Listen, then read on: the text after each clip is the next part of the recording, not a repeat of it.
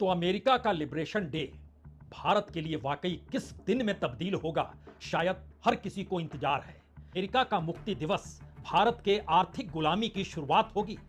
But India is a very hard place to do business in. They have the highest tariffs just about in the world, and it's a hard place to do business. क्योंकि 2 अप्रैल को America ने ऐलान कर दिया है कि अब reciprocal tariff यानी जितना टैरिफ उन सामानों पर आप लगाते हैं जो अमेरिका से आता है, तो फिर उतना ही टैरिफ भारत के सामानों पर लगाया जाएगा जो अमेरिका पहुंचता है। April 2nd, reciprocal tariffs kick in. Piyush Goyal जब से अमेरिका से लौटे हैं उसके बाद से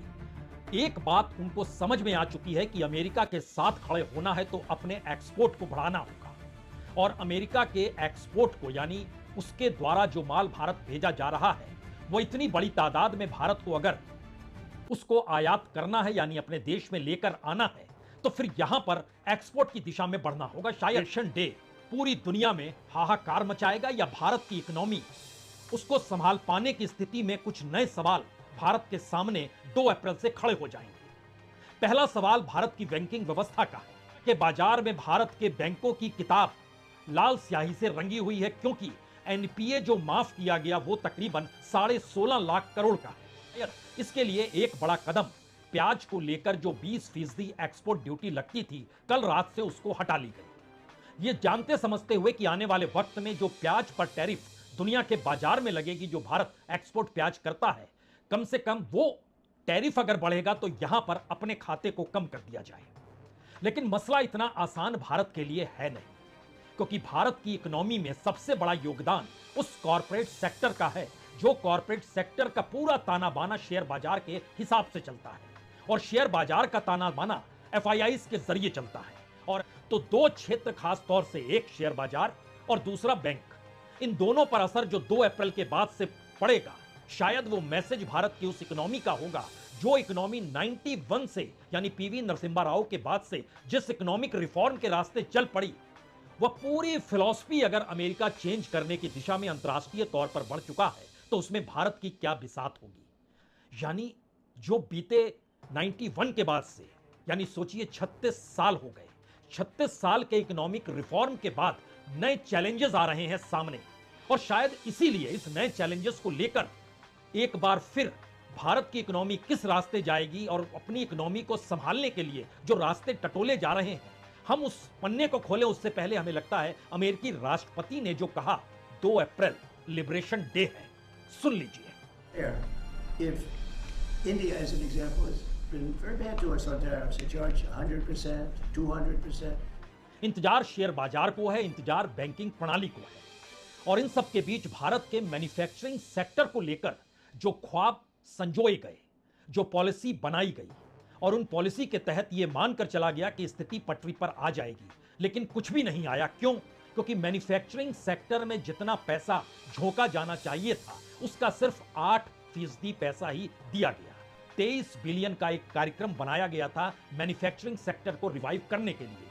और इस 23 बिलियन के तहत 14 पायलट सेक्टर लिए गए थे, उसमें मोबाइल भी था, फर्मा भी था। लेकिन सब कुछ ढा का ढा रह गया, क्योंकि 750 कंपनियों को लेकर जो उम्मीद और आस भारत में बेसिक इंफ्रास्ट्रक्चर उपलब्ध कराते हुए $23 बिलियन का जो पूरा कार्यक्रम था, बीते दिनों सरकार ने उसको अपने हिस्से से वापस ले लिया, क्योंकि मैन्युफैक्चरिंग का शेयर सरकार जानती है लगातार कम हो रहा है। पहले 15.4% जीडीपी में था, वो घटकर 14.3% आ गया है। और इस 2 अप्रैल के बाद यानी लिबरेशन डे के बाद जो अमेरिका का है, उसके बाद एक एनालिसिस सामने आ रही है कि जो कि भारत की जीडीपी में मैन्युफैक्चरिंग शेयर कहीं 12% पे ना जाए, यानी एक दौर में सबसे कम तो है ही, लेकिन एक ऐसी स्थिति आ रही है जिसमें भारत के भीतर बेरोजगारी और ज्यादा विकट रूप में सामने आ जाएगी। अगर बैंकिंग एस्पेक्ट में डिजिटल फॉरम में देखें तो शायद बीते 10 महीनों में पुराने सारे डिजिटल फ्रॉड के रिकॉर्ड टूट गए। अब इन सब के बीच अगला सवाल यह भी है, क्या इसी वजह से भारत में फ्रॉड, करप्शन, इन चीजों में बढ़ोतरी हुई है? यह स्थिति आ गई कि लगभग 24 लाख घटनाएं हुई और 4,245 करोड़ का चूना सीधे तौर पर लग गया, जो कि पिछले बरस या उससे पिछले बरस या उससे पिछले बरस की तुलना में लगभग 30 से 60% तक की बढ़ोतरी खुले तौर पर यह दिखा रहा है। पैसा कहां से आएगा, कैसे आएगा, किस रूप में आएगा, क्योंकि बैंकों का जो अपना कर्ज है वह भी लगभग 11.1% ऊपर चला गया है। यानी तकरीबन 225 lakh crore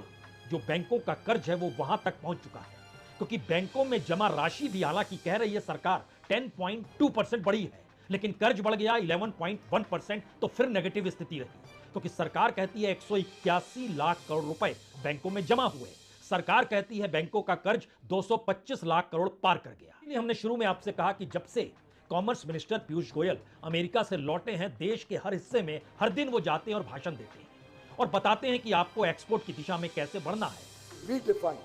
the engagement between the Latin American and Caribbean countries and India. अब मुश्किल तो यह है कि सरकार की रिपोर्ट ही ये मानती है कि मेक इन इंडिया हो,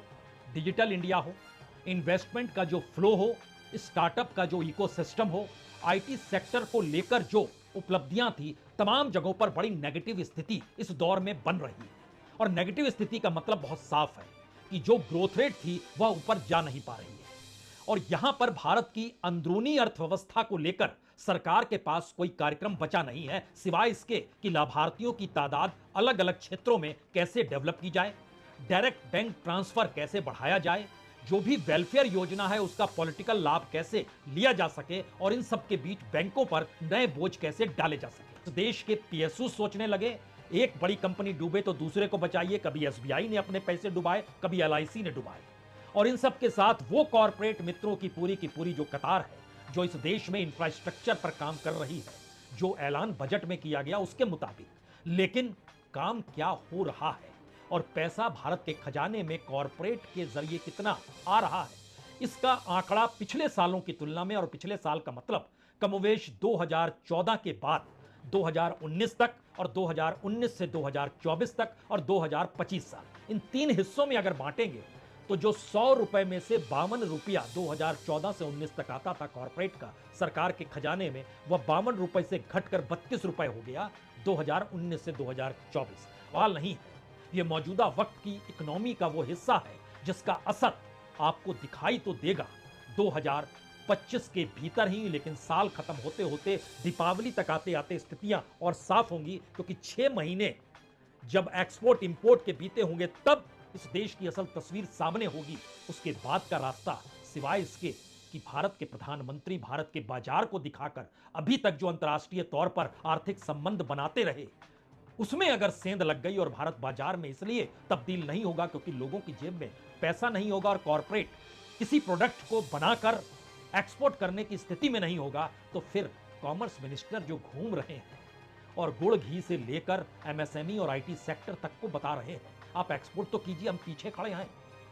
तो पीछे कौन खड़ा है और आगे कौन खड़ा है, कुछ इंतजार कीजिए। बहुत कम दिन बचे हैं, 2 अप्रैल यानी अमेरिकी लिबरेशन डे में। बहुत बहुत शुक्रिया, बहुत बहुत शुक्रिया।